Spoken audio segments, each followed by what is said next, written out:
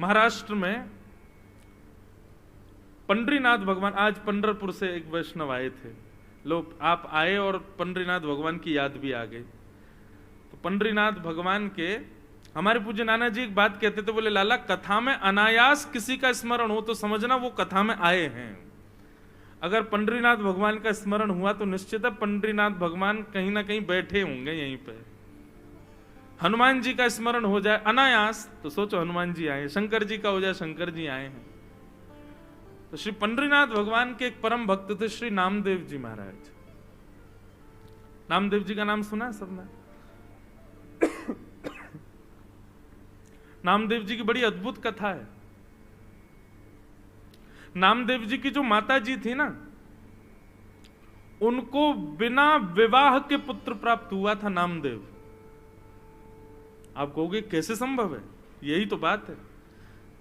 नामदेव जी की माता जी जब छोटी आयु थी उनकी, सब लोग ध्यान से सुनो, तो मीराबाई की भांति कथा आती है कि उन्होंने भी अपने पिताजी से पूछा कि मेरे पति कौन है। तो पिता ने ऐसी सहज में कह दिया घर के ठाकुर जी को, ये तुम्हारे पति हैं।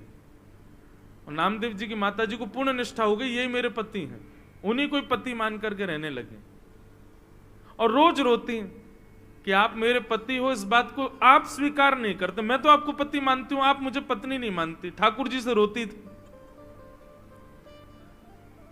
और ठाकुर जी ने एक दिन प्रसाद दिया और उस कन्या के गर्भ से श्री नामदेव जी प्रकट हुए।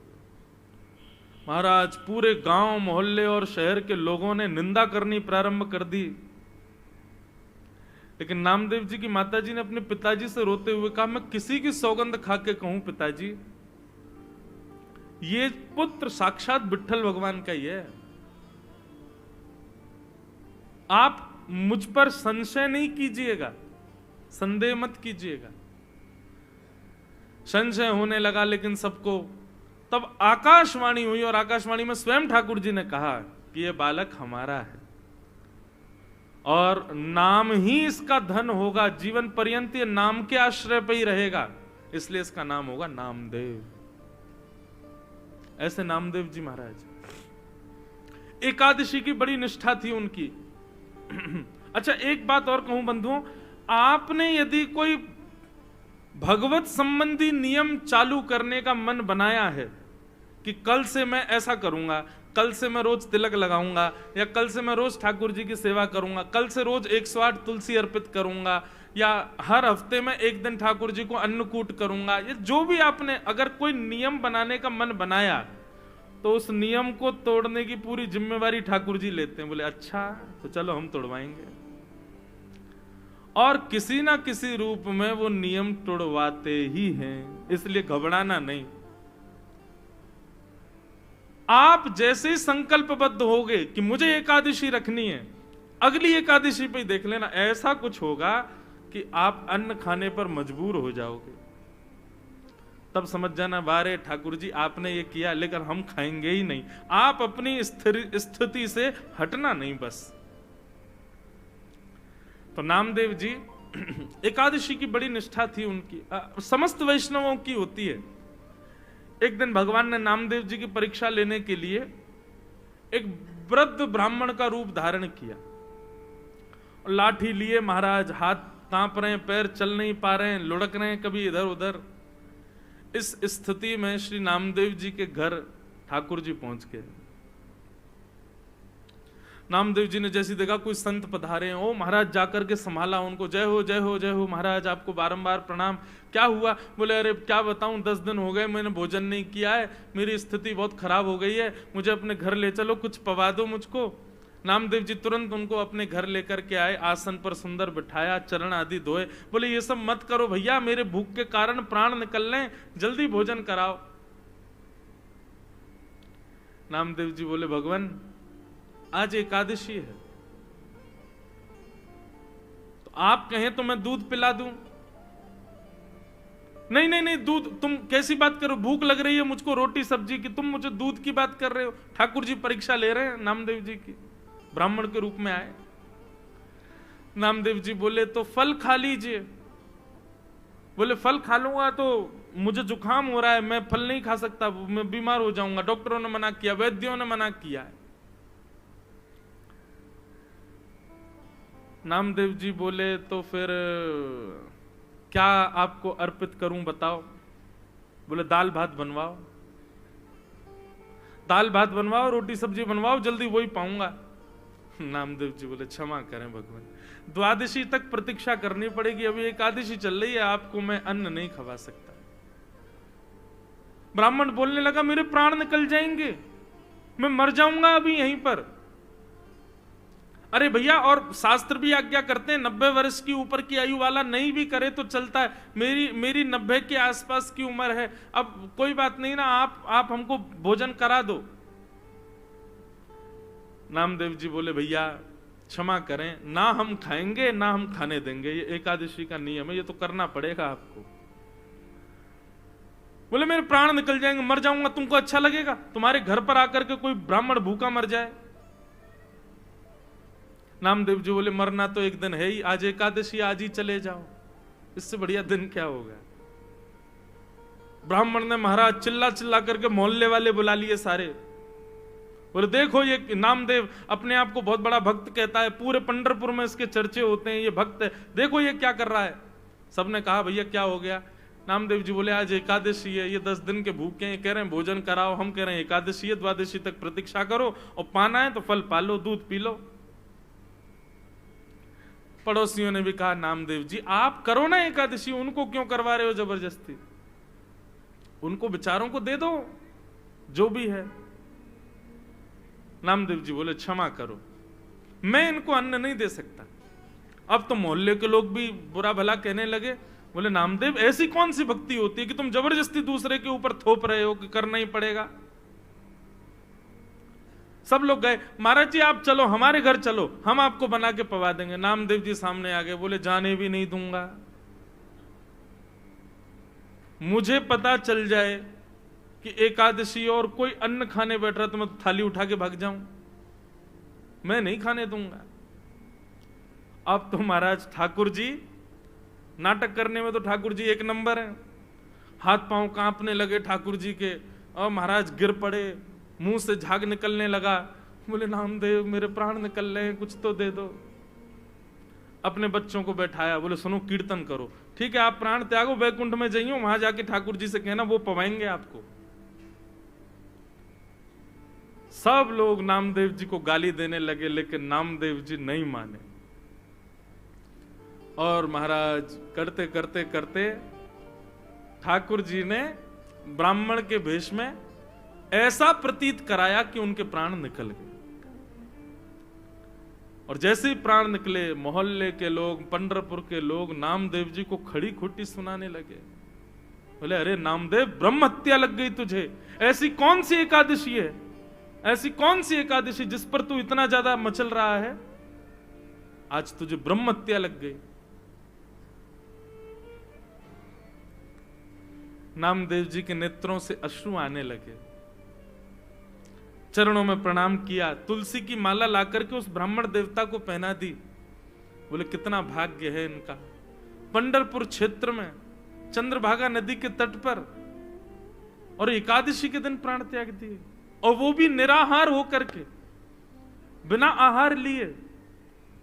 कितने बड़े सौभाग्य की बात है। देवी अपनी पत्नी से बोले अब हमको ब्रह्म हत्या लग गई है, ठीक है एकादशी के लिए ही सही, लेकिन हत्या तो हो गई, कारण तो हम ही लोग बने। अब ठाकुर जी तो हमारे हाथ की सेवा स्वीकार नहीं करेंगे, और अब तो हम नाम जाप करने के भी अधिकारी नहीं है, क्योंकि ब्रह्म हत्या लग गई। चलो इन ब्राह्मण देवता की अंत्येष्टि करते हैं, और उसी चिता में हम लोग भी जीवित अपने प्राण त्याग देंगे। जब हमने ऐसा किया तो हम ये करेंगे। ठाकुर जी की महाराज ब्राह्मण वेश की अर्थी बनाई, अर्थी पर ठाकुर जी को लिटाया। ठाकुर जी अब भी परीक्षा चली रही है ठाकुर जी की, सोचो कितनी स्थिति पहुंच गई। यहां तक तो कोई भी हम में से आप में से कोई भी पिघल जाएगा, लेकिन नामदेव जी नहीं माने। सुंदर चिता लगाई, चिता पर ब्राह्मण देवता को बैठाया, अपने छोटे से पुत्र को बैठा दिया, अपनी पत्नी को बैठा दिया उसी चिता पर, और स्वयं भी बैठ गए और पंडरीनाथ भगवान का स्मरण करते हुए चंद्रभागा नदी को प्रणाम करके अग्नि का एक सुंदर लकड़ा लेकर के स्वयं चिता में अग्नि लगा करके नामदेव जी हाथ जोड़ करके बैठ गए। जैसे ही अग्नि, अब भी ठाकुर जी सोच रहे थे कि कुछ तो होगा, नामदेव शायद बदल जाए, लेकिन नहीं, नामदेव जी तो पूरे तैयार थे प्राण त्यागने को। जैसे ही चिता की अग्नि नेक ठाकुर जी की कमर पर छुई होगी, सोई महाराज ब्राह्मण देवता तो उठ करके बैठ गए, नामदेव जी को खींच लिया, उनकी पत्नी को खींच लिया, बच्चों को खींच लिया। नामदेव जी महाराज देखने लगे क्या हुआ, तुरंत नामदेव जी को झलक दिख गई कि ब्राह्मण के रूप में साक्षात श्री पंडरीनाथ भगवान ही खड़े हैं।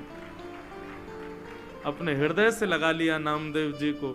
सब गांव के लोग इकट्ठे हो गए देखने के लिए, और जैसे ही हृदय से लगाया ऐसा प्रतीत हुआ एक क्षण के लिए दर्शन देकर के ठाकुर जी वहां से अंतर्ध्यान हो गए। सब ढूंढने लगे ब्राह्मण कहां गया कहां गया। नामदेव जी ने बताया, बोले ब्राह्मण नहीं थे, श्री पंडरीनाथ ही आए थे और हमारी एकादशी की परीक्षा लेने आए थे।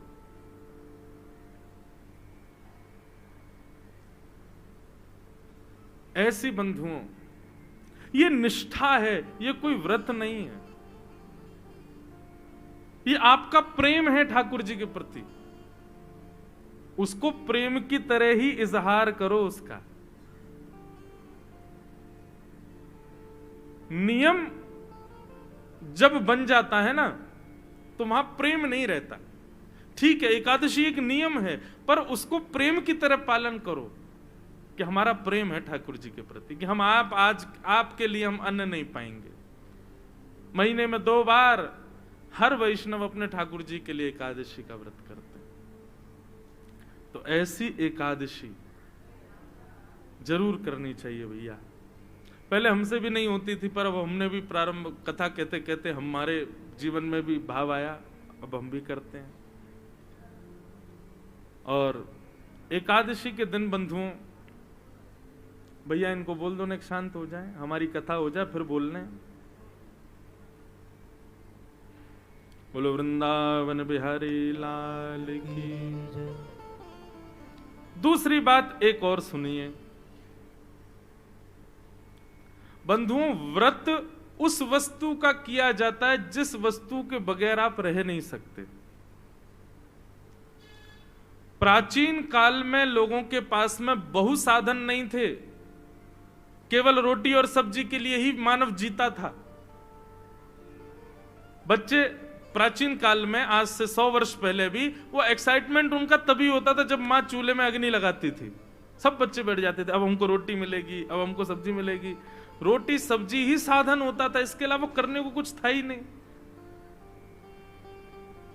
इसलिए प्राचीन काल में, प्राचीन भारत से या प्राचीन युगों से व्रत के रूप में अन्न का त्याग बताया गया। आज भी अन्न का त्याग ही व्रत है, पर मुझे ऐसा लगता है, ये शास्त्र की बात नहीं, ये मुझे ऐसा लगता है कि व्रत करना है तो उस वस्तु का करो जिसमें आप आसक्त हो। और आज की डेट में सबसे ज्यादा आसक्त व्यक्ति है इसके प्रति। इस बार की एकादशी तो ठीक है, अगली एकादशी, क्योंकि भोजन छोड़ना कोई बड़ी बात नहीं है आज की डेट में।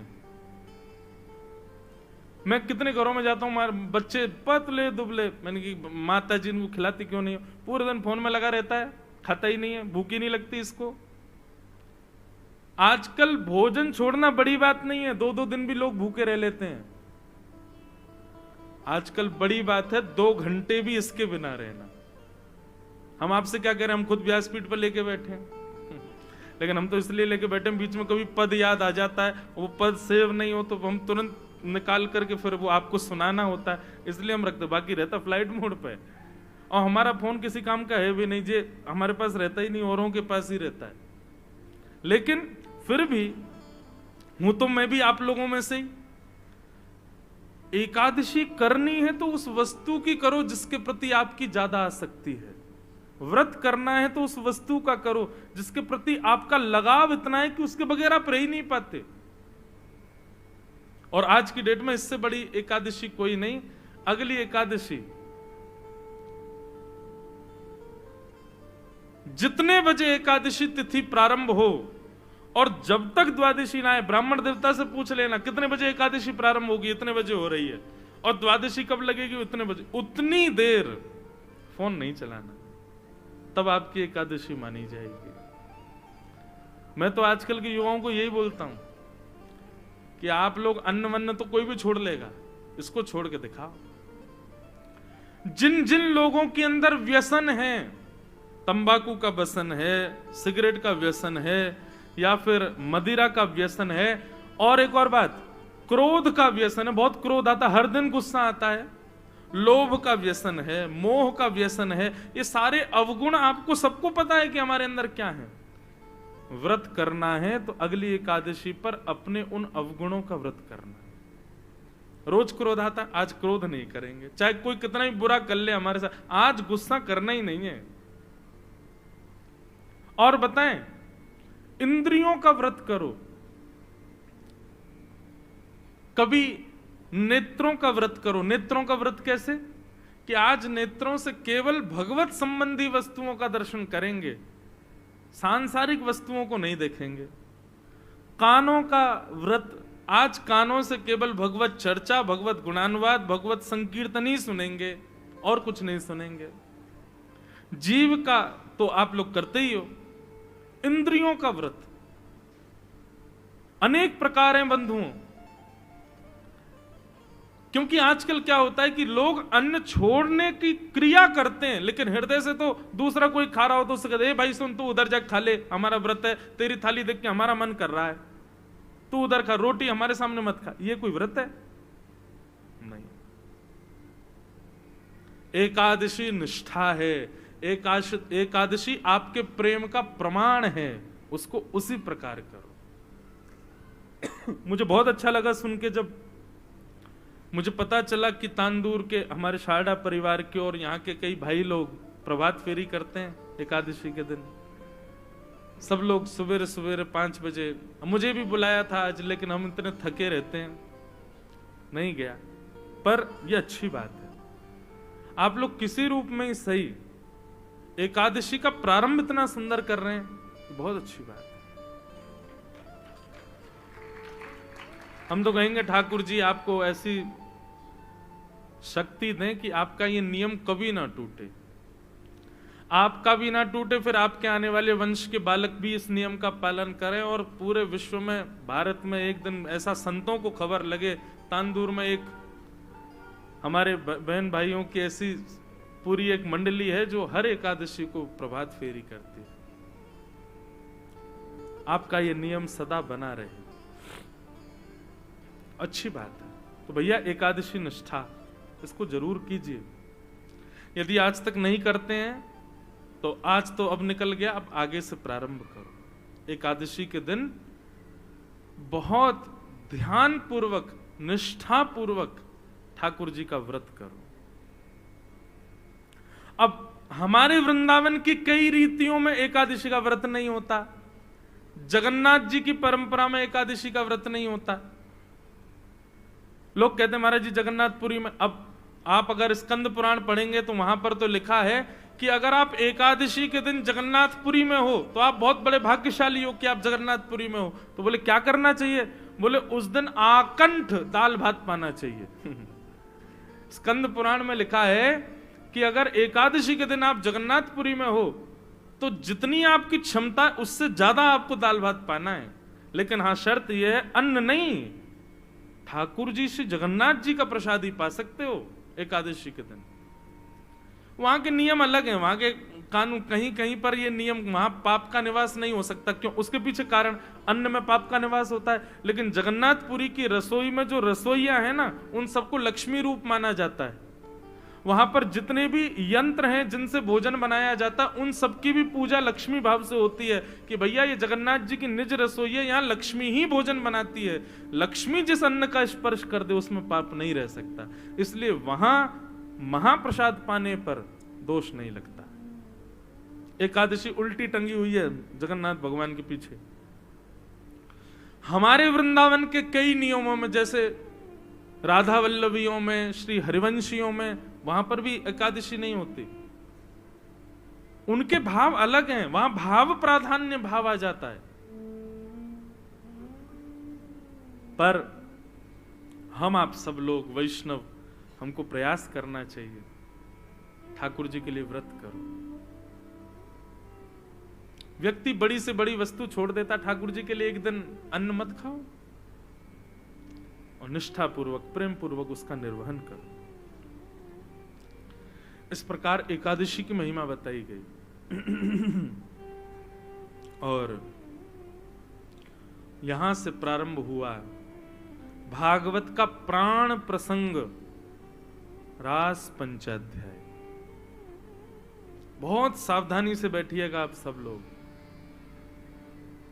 कि भगवान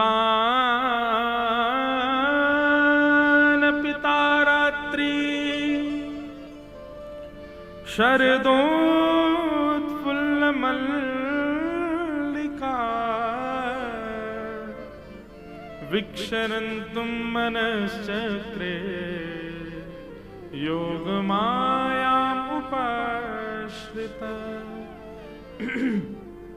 सब लोग बहुत सावधानी से सुनिए, ये रास की कथा है। यहां पर महादेव को भी रोक दिया गया था। आप लोग तो सामान्य जीव हो, इसलिए थोड़ा विचार कीजिएगा और बहुत सावधानी से सुनिएगा। अब जो हम प्रसंग सुनने जा रहे हैं बंधुओं, रास पंचाध्याय, इसको श्रीमद् भागवत का प्राण माना गया है। श्रीमद् भागवत यानी श्री कृष्ण का हृदय है रास पंचाध्याय, और उसमें भी गोपी गीत। गोपी गीत तो निज हृदय है ठाकुर जी का, इसलिए इसको बहुत सावधानी से सुनिएगा। कहीं आपके हृदय में कोई संशय उत्पन्न ना हो जाए। ठाकुर जी की इस लीला को यदि आपने आधा अधूरा या कुभाव से सुना ना, तो निश्चित है आपके हृदय में कोई दूषित भाव उत्पन्न हो जाएगा और दोष लगेगा फिर। इसलिए बहुत सावधानी से सुनिएगा। रास पंचाध्याय का सबसे पहला अक्षर क्या है कि भगवान अपिता रात्रि।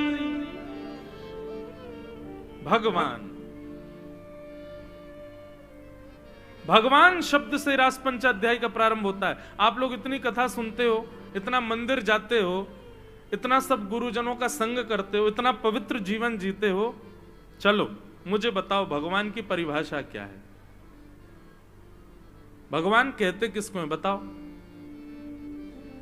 केवल आप लोग सुनोगे उसी से काम थोड़ी चलेगा। बीच बीच में हमको टेस्ट भी लेना चाहिए, और मैं कहीं कहीं लेता भी हूं। यहां तो हम नहीं ले पाए, पर चलो हमें कोई एक व्यक्ति बता दे कि भगवान कहते किसको है। आप कहोगे मोर मुकुट वंशी वारे भगवान। लाओ अभी मुझे दो, मैं पहन के बन जाऊं भगवान। वस्त्र आवरण भगवान नहीं होते हैं। भगवान कहते किसको है?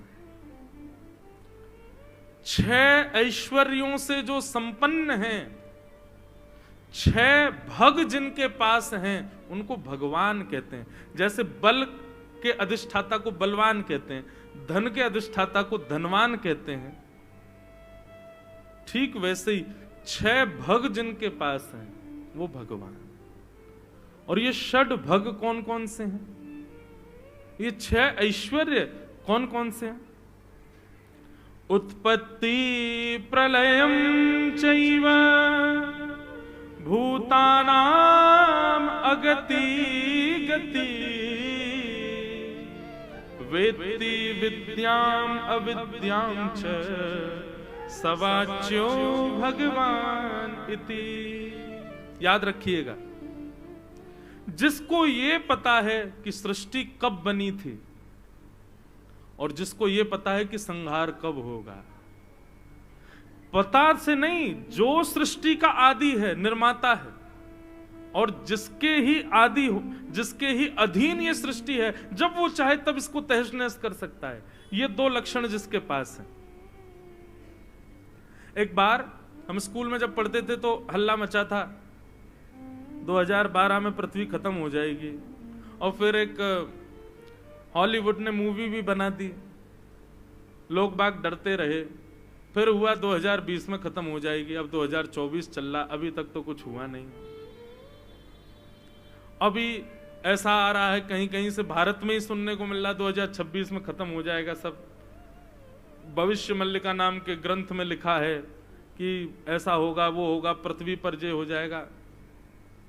मुझे आप एक बात बताइए, सर्वनाश अभी नहीं हो रहा है क्या? हर क्षण सर्वनाश हो रहा है हम लोगों का। सूर्य दिन व दिन तेज युक्त होते जा रहे हैं, ग्लोबल वार्मिंग हो रही है, बर्फीले पहाड़ अपने पिघलते जा रहे हैं। चलो ये तो वातावरण की बात है, मानवों को देख लो, 100 वर्ष की आयु मिली है हम लोगों को, कौन जी रहा है 100 वर्ष? 100 से 90 पे आ गए, 90 से 80 पे आ गए, 80 से 70 पे आ गए। आजकल तो 25 वर्ष के बालक को 4 दिन पहले हार्ट अटैक आया। 25 वर्ष के बालक को, आप सबके बालकों को मैं देखता हूं, 3-3 वर्ष के बालक के आंखों में चश्मा लगा हुआ है। 3 वर्ष के बालक की आंखों में चश्मा। ये सर्वनाश नहीं हो रहा हम लोगों का? हम हर दिन प्रलय की ओर जा रहे हैं। क्यों रोज के तब ऐसा होगा, तब ऐसा, कुछ ना कुछ हो ही रहा है हमेशा। हर साल एक नई चीज होती है। आजकल कोविड आ गया, अब तो कोरोना बड़ा साधारण हो गया, किसी को भी हो जाता है। जब आया था तब तो बड़ा भयावह स्वरूप था, मंजर था। तो भैया ये तो प्रकृति का नियम है, हर दिन कम हो रहा है, सब कुछ घटता ही जा रहा है। लेकिन जो परफेक्टली जानते हैं कि विश्व का नाश कब होगा, वो भगवान है। इसको कोई नहीं बता सकता कि पृथ्वी का सर्वनाश कब होगा, पृथ्वी कब बनी थी और पृथ्वी कब धूमिल होगी। ये जो जानते हैं, ये 2 लक्षण हो गए, उत्पत्ति प्रलयम चैव। दूसरी बात, भूतानाम अगति गति। मुझे ऐसा लगता है मैं ऐसा करूंगा तो इसमें मुझे फायदा होगा, लेकिन वो करने के बाद मुझको कोई फायदा नहीं हुआ, बल्कि बर्बाद और हो गए। मतलब आपने खूब जन्म पत्री दिखवाई, ब्राह्मणों से पूछा, सारे शुभ काम किए, लेकिन फिर भी उस काम में आपको लॉस हो गया। क्यों? क्योंकि कितने भी भविष्य कथन करने वाले हों, भविष्य कथन करने वाले हों, आपकी कहां गति होगी, कहां अगति होगी, ये कोई नहीं बता सकता।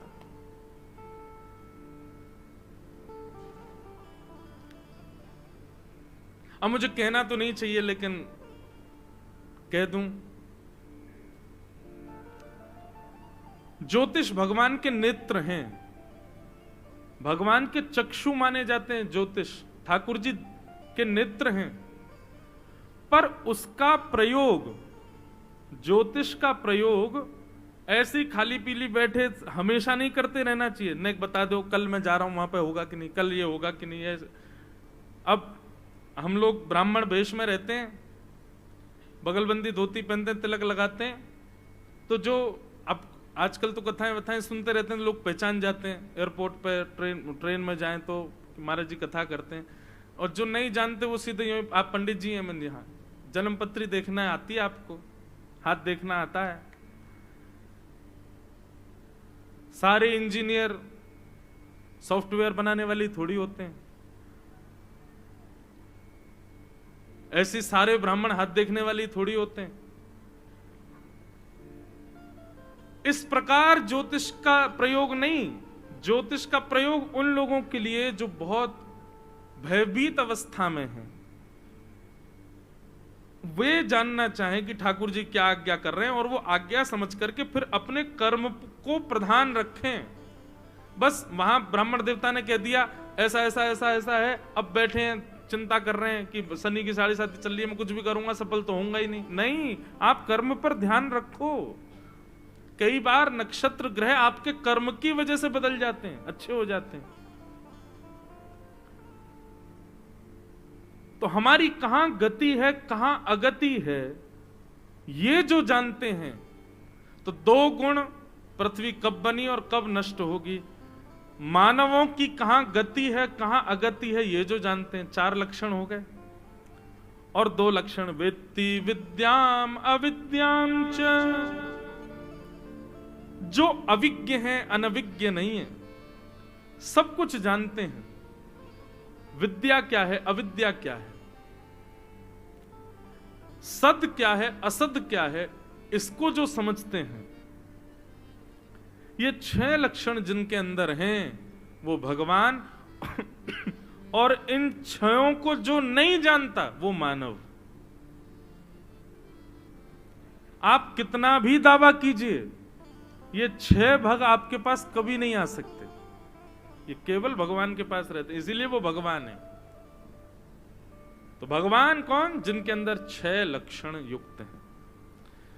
तो रास पंचाध्याय के प्रारंभ में श्री शुकाचार्य जी कह रहे हैं भगवान अपिता रात्रि, बोले आगे की लीला सुखदेव जी कहते हैं भगवान कर रहे हैं। भगवान कौन? 6 भगों से जो युक्त हैं वो भगवान। शरदोत्फुल्ल मल्लिका। अब बंधुओं थोड़ी प्रेम लक्षणा कथा होगी, आप सब लोग ध्यान से सुनिएगा। वृंदावन में शरद पूर्णिमा का चंद्रमा उदित हुआ। शरद पूर्णिमा के प्रकाश से पूरा वृंदावन आच्छादित हो गया। गोपियों का जब चीर हरण ठाकुर जी ने किया था, तब गोपियों से कहा था कि हम शरद पूर्णिमा की रात्रि में आपको मिलेंगे, आपके संग रास विहार करेंगे। अच्छा, एक और बात, रास कहते किसको हैं? आप लोगों के मन में एक ही बात आई होगी, रास का नाम सुनते एक दूसरे के साथ नाचना, उसी को रास कहते हैं। डांडिया हाथ में लेके एक दूसरे को मारना, वही रास है? नहीं नहीं, रास कहते किसको हैं? रस और रास ये 2 बातें। रस का अर्थ होता है जहां वैष्णव प्रयास करते हैं ठाकुर जी की प्राप्ति करने का, जहां पर मैं और आप यत्न करते हैं ठाकुर जी को प्राप्त करने का, उसको कहते हैं रस। लेकिन हमारे रस से प्रसन्न होकर जब ठाकुर जी प्रयास करते हैं हमसे मिलने का, उसको कहते हैं रास। समझ में आई बात?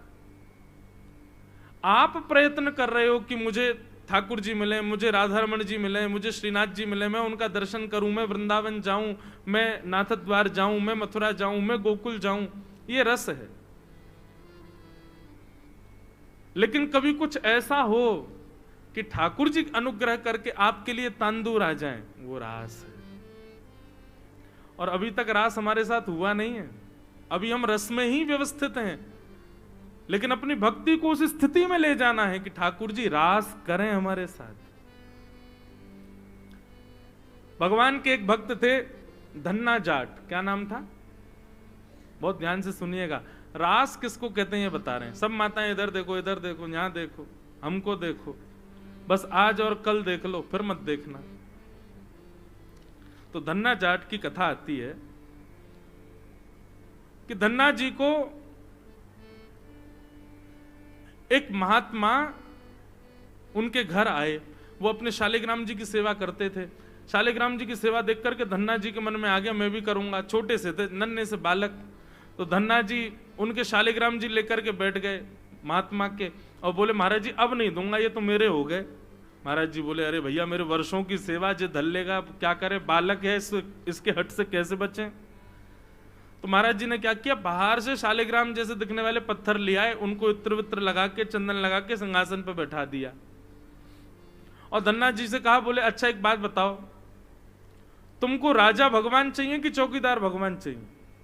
धन्ना जी बोले राजा भगवान चाहिए। बोले राजा भगवान वो है जो सिंहासन पर बैठे हैं, और तुम जो हाथ में लिए घूम रहे हो चौकीदार भगवान है। नन्हे से भोले भाले धन्ना हाथ वाले ठाकुर जी दे दिए, वो असली शालिग्राम थे। और ऐसे नकली पत्थर, वो बस बाहर का गली का कोई पत्थर था, और इत्र वित्र लगा दिया। धन्ना जी को विश्वास हो गया यही साक्षात भगवान।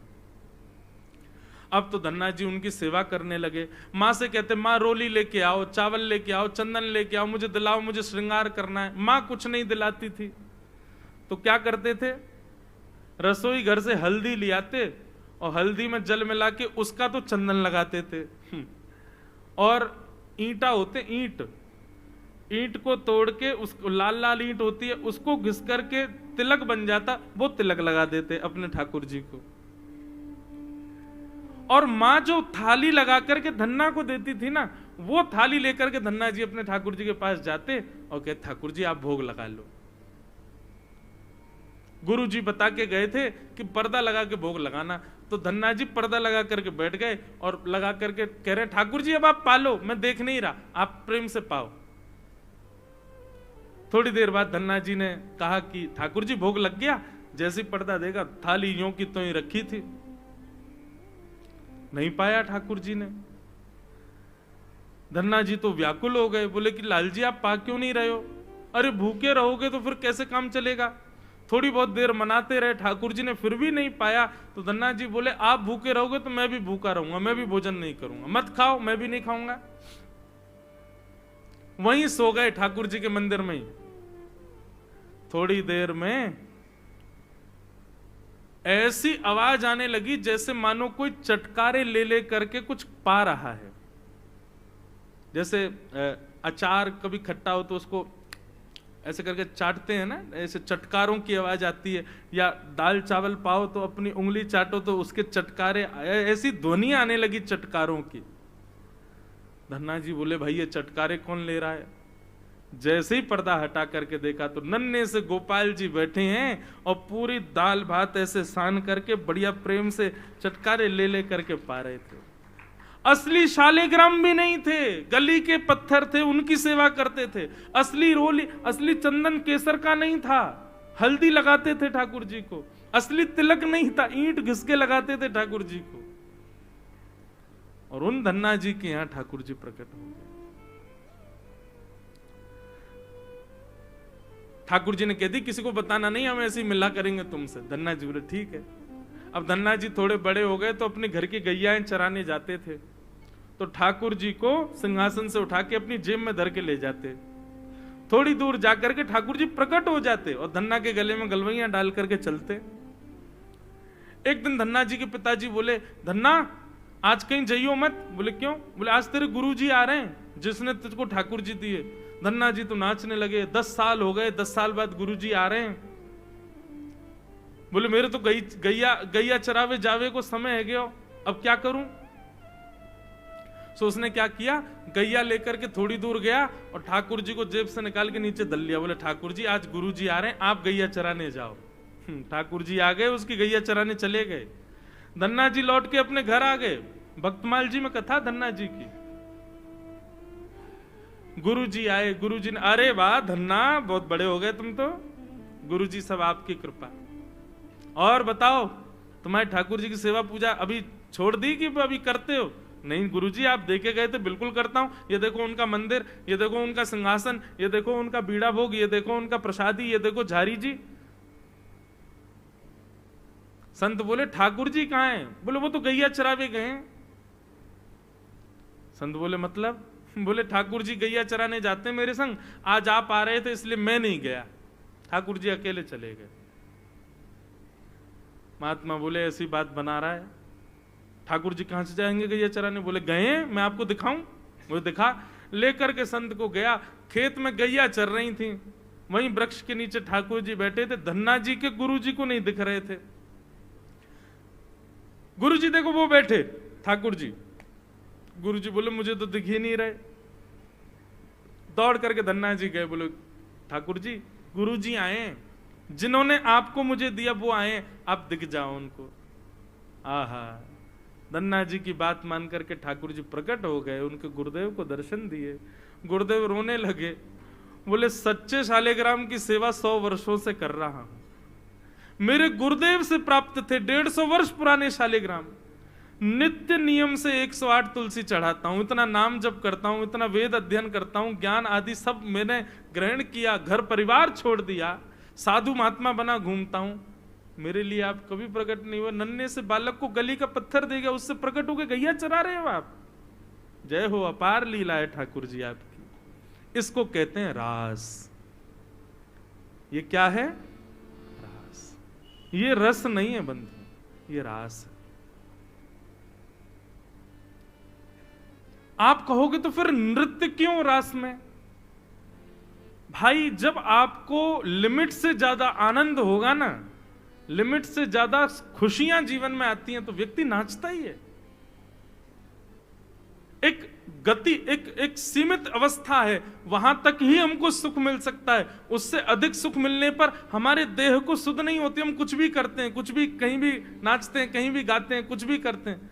माता पिता के इकलौते पुत्र का ब्याह हो तो माँ की खुशी देखो, पिता की खुशी देखो, खूब नाचते हैं। नाचना नहीं आता फिर भी नाचते हैं। यहां तो गोपियों को भगवान मिल गए तो गोपियां नाचेंगी नहीं, गोपियां नृत्य नहीं करेंगी। लेकिन आज के बाद याद रखिएगा, रास का मतलब नाचना नहीं होता। रास का मतलब होता है कि ठाकुर जी ने अपनी प्रभुता छोड़ करके गोपियों को वो स्थान प्रदान किया जो एक प्रियतमा का होना चाहिए। उनके लिए इतने सहज हो गए कि गोपियों के गले में गलवैयां डाल रहे हैं, गोपियों के संग घूम रहे हैं, गोपियों की बात सुन रहे हैं। इसको रास कहते हैं, ये रास विहार। और उससे प्रसन्न होकर के गोपियां नाचती हैं, इसलिए हमको नृत्य दिखता है रास में। पर रास का मतलब और रस का मतलब यही है कि हम प्रयास करें ठाकुर जी को प्रसन्न करने का, ये रस है। लेकिन ठाकुर जी प्रयास करें हमसे मिलने का, ये रास है।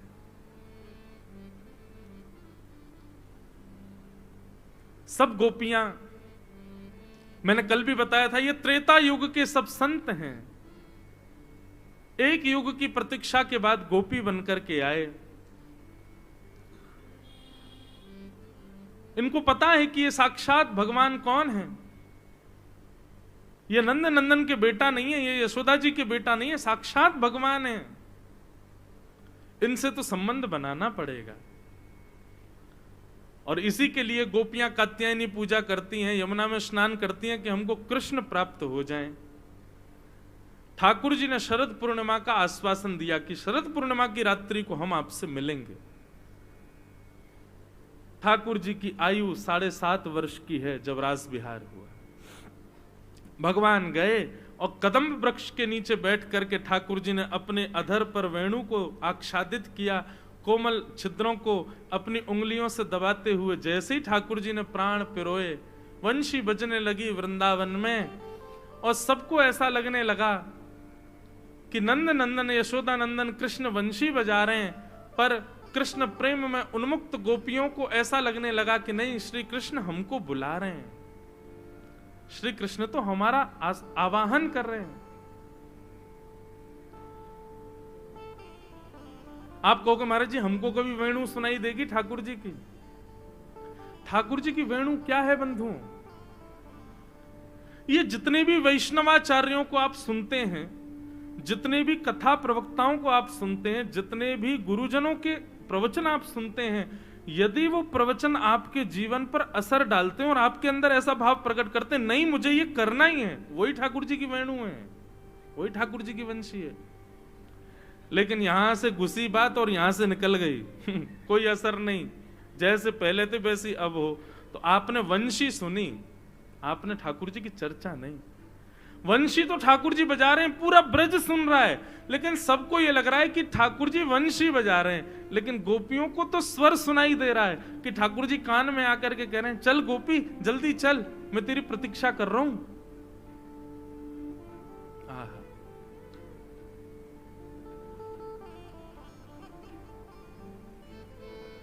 जिस दिन कथा ना लगे, केवल एक प्रवचन तक ना लगे, ऐसा भाव उत्पन्न करे चित्त में कि ये मेरे लिए आज्ञा है, तब मानो कि ठाकुर जी अनुग्रह कर रहे हैं। भगवान ने वंशी बजाई, वंशी सुनकर के सब गोपियां अपने अपने घर को छोड़ के भागी। कोई दूध काट रही थी, कोई अपना श्रृंगार कर रही थी, कोई वस्त्र पहन रही थी, कोई पति को भोजन करा रही थी, कोई बालकों को खिला रही थी, सब अपने अपने कार्यों में थी। लेकिन कैसी स्थिति सुनो, जैसे ही वेणु सुनाई दी, उस कार्य को तुरंत वहीं रोक करके सीधी भागी ठाकुर जी के पास। मतलब प्रेम की इतनी ऊंची अवस्था है कि ये भी विचार नहीं कर रही है कि इस काम को संभाल लें फिर हम जाएं ना। ठाकुर जी ने पुकारा, तुरंत भागी। और कोई बहुत सुंदर बन करके गई हैं गोपियां, ऐसा नहीं। गोपियों के रूप का वर्णन यदि आप करें या रूप देखना चाहें, रास बिहार में जितनी गोपियां आई तो उनके रूप कैसे थे?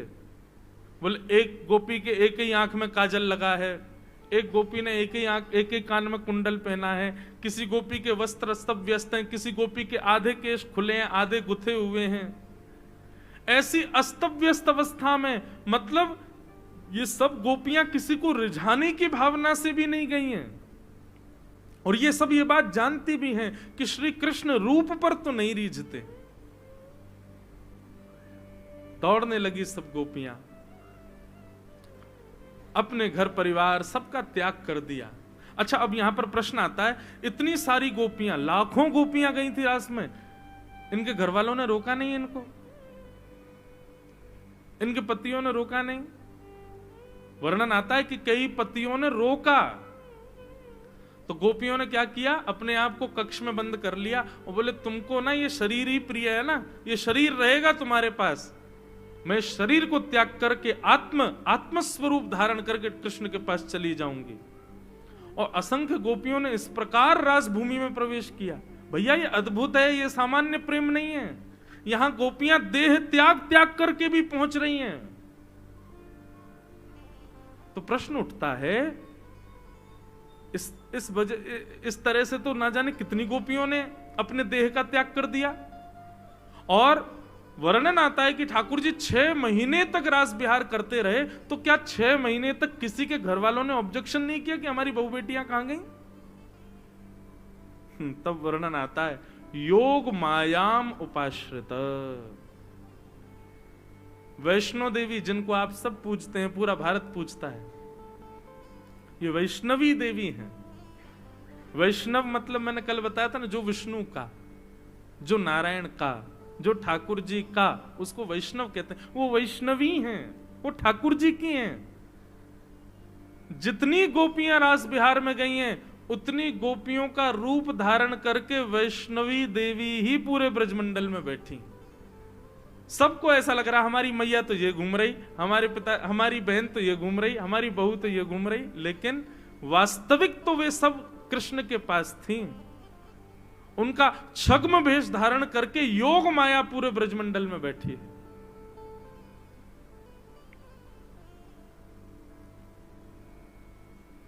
सब गोपियां पहुंच गईं ठाकुर जी के समीप।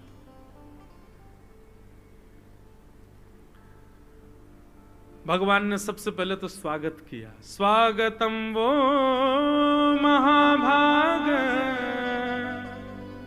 प्रियम किम करिवाणि व्रजस्यानामयं कश्चित् ब्रूतागमन कारणम्। बहुत सुंदर भाव। ठाकुर जी ने कहा, आइए आइए आइए, स्वागत है सब गोपियों का। लेकिन क्या मैं आप लोगों के इतनी रात में अपने अपने घर परिवार छोड़ के, पतियों को छोड़ के, बच्चों को छोड़ के यहां आने का कारण पूछ सकता हूं? मैंने कल भी कहा था बंधुओं कि रास बिहार में आई हुई गोपियों की आयु 6 वर्ष से लेकर के 100 वर्ष तक की है। इसका मतलब ये रास बिहार कोई स्त्री के रूप या किसी युवावस्था का ये रास बिहार नहीं है। हर अवस्था की गोपी है वहां पर।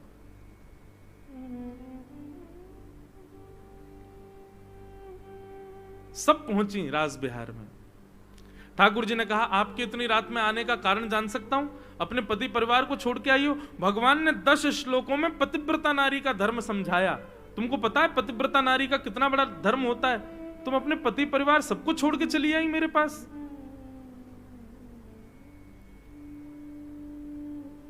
भगवान ने एक कथा सुनाई। पता है पतिव्रता नारी कैसी होती है, कितनी बलवान होती है?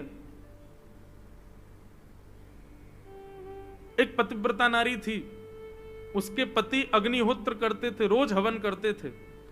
एक दिन थकान की वजह से अग्निहोत्र करके पत्नी से बोला, थोड़ा पंखा झल दो, मैं सो रहा हूं, मुझे नींद आ रही है। और पत्नी की गोद में ही सर रख करके पति सो गया। पत्नी पंखा झल रही थी, अपने पति को सुला रही है। इतने में ही उसका 1 वर्ष का बालक, जो चलना नहीं जानता, घुटमुन चलता है, वो उस अग्निकुंड की ओर जाने लगा। अब वो ना तो कुछ कह सकती है, ना उठ सकती है। चिल्लाएगी तो पति की नींद उठेगी, खुलेगी, उठ करके जाएगी तो भी पति उठ जाएगा। उसने नेत्र बंद करके अग्निदेव से प्रार्थना की, यदि मेरे पातिव्रत धर्म में बल हो मेरे बालक की रक्षा करना।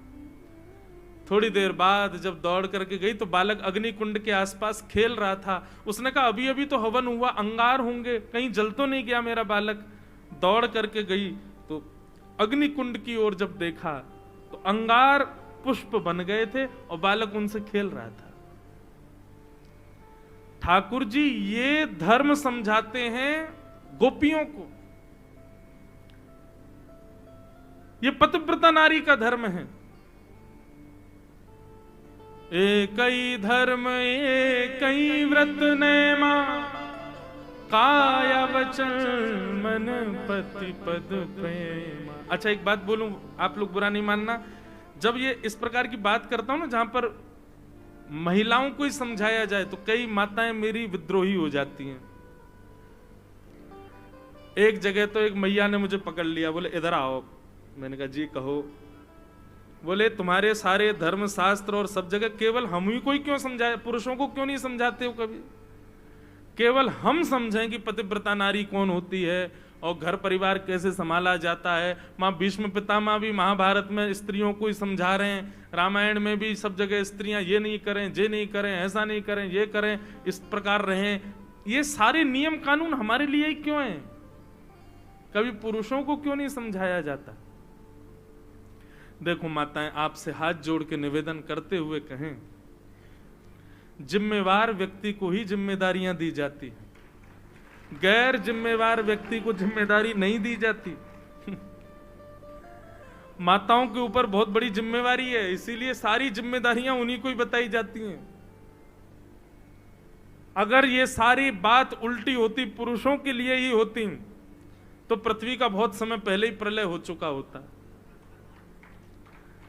अभी तक हम लोग जी रहे हैं, पृथ्वी आगे बढ़ रही है, सब कुछ चल रहा है ठीक ठाक सब। आपको पता है कर्म में पुरुष बंधा ही इसलिए क्योंकि एक मां उसके पास है, एक बहन उसके पास है और एक पत्नी उसके पास है।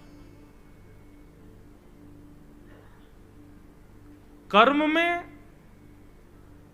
अग्रसर करना एक मां सिखाती है, एक बहन सिखाती है और एक पत्नी सिखाती है। जब ब्याह नहीं होता तो माता और बहन यही लोग पढ़ने के लिए, यही लोग आगे बढ़ने के लिए, यही लोग जीवन में कुछ बनने के लिए आज्ञा करते हैं। और जब हम कुछ बन जाते हैं तो फिर ब्याह हो जाता है। फिर जो बने हैं उसको संभाल करके और सुंदर बनने के लिए पत्नी आज्ञा करती है। निर्माण तो यही करती हैं। इसीलिए जिम्मेवारियां भी उन्हीं को ही समझाई जाती हैं कि भाई 3 परिवार हैं तुम्हारे ऊपर, पिता का, पति का और पुत्र का। तीनों को आपको संभालना है। इसलिए इतना सारा महिलाओं को समझाया जाता है, माताओं को समझाया जाता है।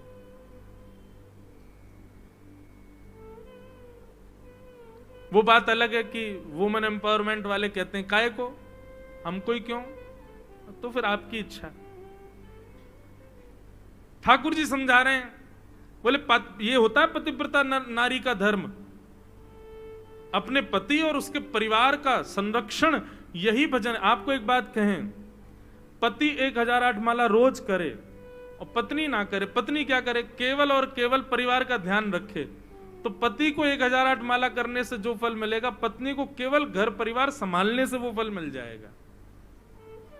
लेकिन हम भाई लोग इतने गैर जिम्मेवार, 1000 तो बहुत ऊपर की बात, 1 माला नहीं करें हम, तो फिर हमारे बटकी भी माताओं को ही करनी पड़ती। इसलिए मंदिरों में, कथाओं में, भजन स्थलों पर सब माताएं ही जाती हैं, क्योंकि पुरुष करते ही नहीं। अब यहाँ इतनी सारी माताएं बैठी हैं और पुरुष देखो नेक से कोने में बैठे हैं।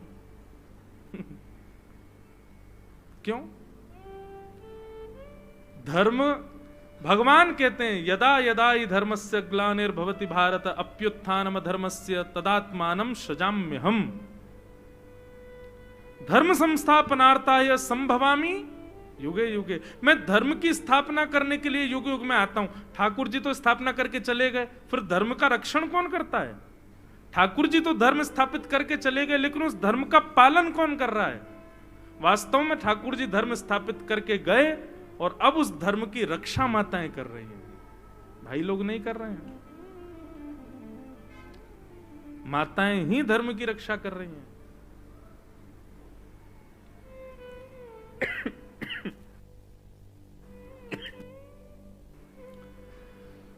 ठाकुर जी समझाने लगे पतिव्रता नारी का धर्म ये होता है, ये होता है। गोपियां खड़ी खड़ी सुन रही थीं। जैसे भगवान के प्रवचन पूरे हुए, गोपियां बोली अब हम कुछ बोलें? ठाकुर जी बोले बोलो। तब गोपियां कहती हैं कि मैवं विभोरहति भवान गदितुं नृशंसम् संत्यज्य सर्व विषयांस्तव पादमूलम्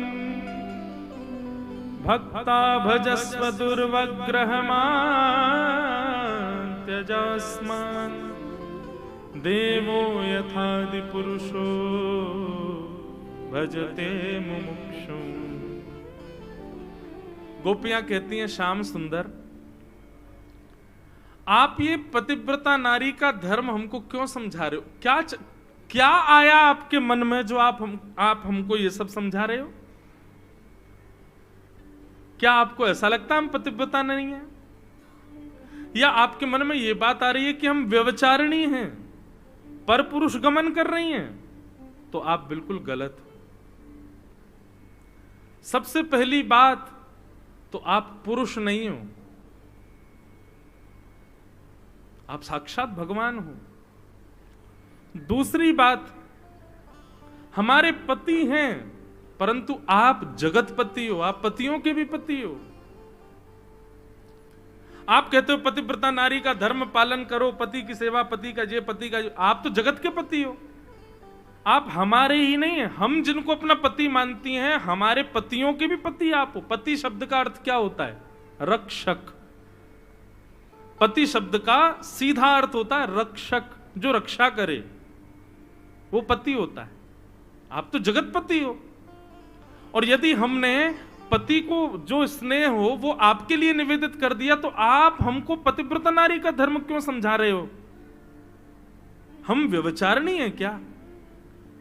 या आपको ऐसा लगता है कि हमारे भीतर कोई कुभाव जन्म लेता, हम किसी और भाव से रह रही हैं? ऐसा नहीं सोचिएगा। हम जानती हैं कि आप कौन हो, इसलिए आपसे प्रेम करती हैं। आप जगतपति हो। आपके प्रभाव पर नहीं रीझी हैं हम, आपके स्वभाव से भी हमको कोई मतलब नहीं। हम सब जानती हैं कि हम पूर्व जन्म से आपकी प्रतीक्षा कर रही हैं। हम दंडकारण्य वन के संत हैं, तब राम रूप में आप आए थे लेकिन हमसे नहीं मिले। प्रतीक्षा करते करते इस जन्म में हम गोपी बनी और आप कृष्ण बन करके आए। अब तो मिलना पड़ेगा। हर जीव का यही धर्म है कि अपनी मृत्यु से पहले भगवत प्राप्ति कर ले। और यदि वो कर रही हैं, हम बस कोई भक्त भाव से करता, कोई भाई के भाव से करता, कोई मित्र के भाव से करता, हमने प्रियतमा के भाव से किया, तो फिर हम में दोष क्यों? गोप्य कामात भयात कंसः, उस कंस को भी मुक्ति मिल जाती है जो आपको गालियां देता है। उस रावण को भी मुक्ति मिलती है जो आपसे विद्वेष करता है।